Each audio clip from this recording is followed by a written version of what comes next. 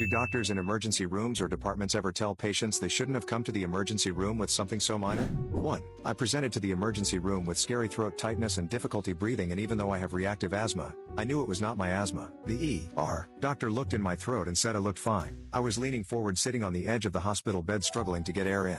The doctor treated me with a nebulizer treatment for asthma and said he was discharging me home. I adamantly stated that if I go home, I will die. Reluctantly he admitted me. I was put in a room, far away from the nurses. I sat most of the night on the edge of a chair, leaning forward, pulling my chin up and forward trying to get air in. The next morning the doctor entered my hospital room and rudely says, "Well, I see that you lived," and I responded that I still couldn't breathe right and that something was wrong. Then he responded, "We'll try to get an ENT specialist to look at your throat sometime today." I responded, "Sometime?" As soon as the doctor left, I called my family and got a ride home from the hospital. I called the next city, big hospital ENT unit, explained everything again and was asked how long it would take me to get there. I said 1 hour. The doctor there was scared for me. As it turned out, my lingual tonsils were extremely swollen, closing my airway, probably due to untreated strep throat, he said. I was then treated and had to have emergency surgery to laser my tonsils. I was 37 years old, to remove some of my lingual tonsils tissue. After I returned home, I called the hospital administrator and discussed the upcoming lawsuit if the hospital and doctor, quack, didn't zero out those hospital bills. My new ENT surgeon said that in his 30-some years of treating patients, he only saw 2 patients with my condition, a deceased young child and me. The child suffocated. I learned to always advocate for myself regarding my health.